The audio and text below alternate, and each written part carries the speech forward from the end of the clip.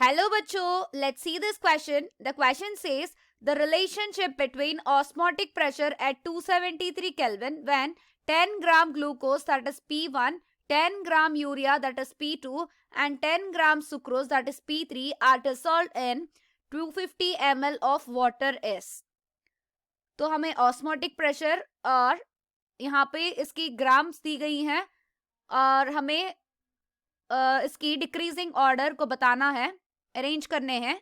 तो चलिए देख लेते हैं. ऑस्मोटिक प्रेशर की फॉर्मूला होगी pi is equals to ICRT.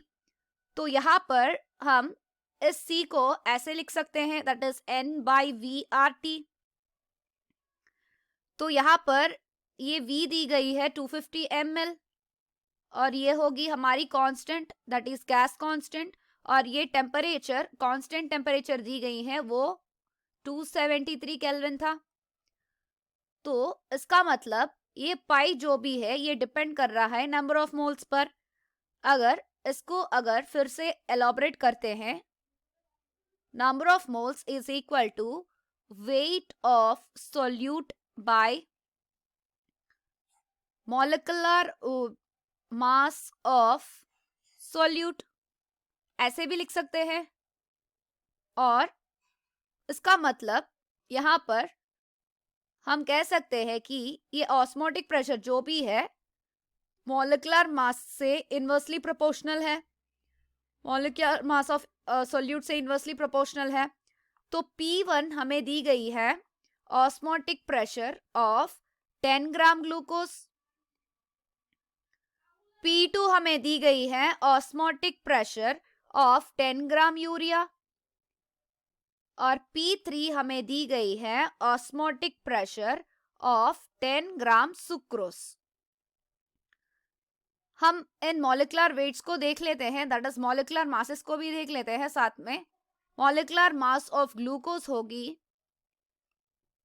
180 और अगर यूरिया को देखेंगे, यूरिया की होगी 60.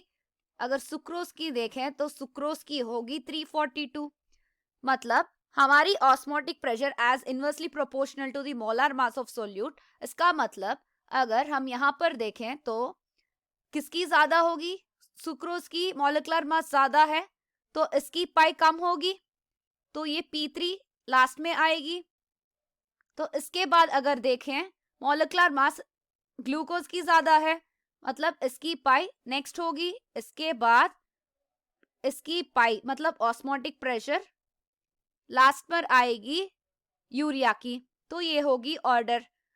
तो the relationship between osmotic pressure at 273 Kelvin when 10 gram glucose that is P1, 10 gram urea P2 and 10 gram sucrose are dissolved in 250 ml of water is, ये होगी हमारी option, that is P2 greater than P1 greater than P3. P2 greater than P1 greater than P3. तो हो गई हमारी option C is the correct answer. I hope you understand it well. All the best.